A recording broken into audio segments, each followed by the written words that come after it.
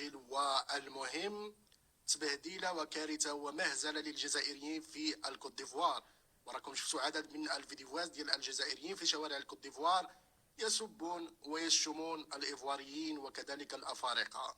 في هذا الخبر العاجل متابعينا الكرام، اعتقال الجزائريه صوفيا بولمان وطردها من الكوت ديفوار. وهذا الخبر اللي غادي نقرا لكم الان منقول من جريده الخبر ديال النظام الجزائري. والخبر يقول متابعينا الكرام: تم امس في حدود الساعه 2 بعد الزوال وامام ملعب السلام توقيف مناصره جزائريه المدعوه صوفيا بولمان وتحويلها من فندق واقامه لاوليفي من قبل فرقه خاصه للتدخل السريع في الجيش الايفواري.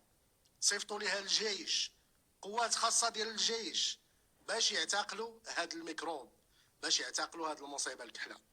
وعادت هذه الفرقه بعد التعرف عليها مع 3 عناصر مسلحه، احدهم قائدهم كان باللباس المدني، حيث سمح لها باخذ حقائبها ومن بعد تحويلها الى ابيجان، ثم ترحيل المناصره خارج الكوت ديفوار وطردها من البلاد.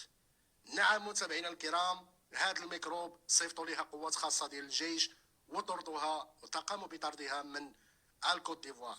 صراحه احيي الايفواريين على هذا القرار، واحيي السلطات الايفواريه على هذا القرار، واتمنى على ان كاع هذوك الجزائريين اللي كيبانوا في الفيديوهات كيسبوا الايفواريين والافارقه يكون المصير ديالهم نفس الشيء، الاعتقال والطرد. لان هادو كما ذكرت ما جايينش باش يتفرجوا الكره، ما جايينش من اجل حدث رياضي، ما جايينش من اجل الاستمتاع بالرياضه وكره القدم، هادو جايين فقط من اجل السب والشتم، من اجل اهانه الافارقه، من اجل التطاول على الكوت ديفوار وعلى الايفواريين، باش يقولوا هادو ما كيعرفوش ينظموا، حنا اللي خصنا ننظموا.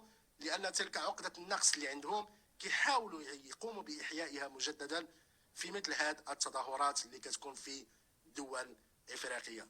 لكن صراحه انا عجبتني السلطات الايفواريه كيفاش تعاملت مع هذا الميكروب اللي سميتها صوفيا بولمان، اللي تكلمنا عليها في فيديوهات سابقه. خرجت في بث حي يعني في شوارع الكوت ديفوار تتطاول على الايفواريين وكتسبهم وكتنتقص منهم وما كيعرفوش ينظموا، حنا فور عليكم وحنا واعرين عليكم وما عرف شنو من هاد الخزعبلات. واللي كيعجبني اكثر في مثل هاد الاخبار وهو ان الحقيقه ديال هاد المخلوقات الجزائريه كتزيد تبان، كيزيدوا يفضحوا ريوسهم بريوسهم.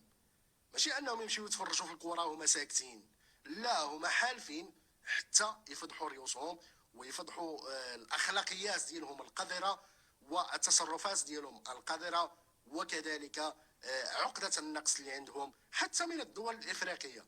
غاديين باش يديروا مقارنه مع الكوت ديفوار، لا حنا نظمنا الشان احسن منكم، لا الافتتاح سرقتوه منا، لا الملعب ماشي مزيان، حنا عندنا نيلسون مانديلا، ما عرفت شنو، كيقوموا باهانه والسخريه من تقاليد والعادات ديال الايفواريين وطرق عيشهم وما الى ذلك من هذه الامور، ومجموعه من الكوارث اللي كتفضح عن طريق هذه الفيديوهات اللي كيديروها الجزائريين، اللي كما قال الراحل الحسن الثاني: دائما غادي نبدا نعاود هذه المقوله، نريد من الناس ان يعلم مع من حشرنا الله في الجوار.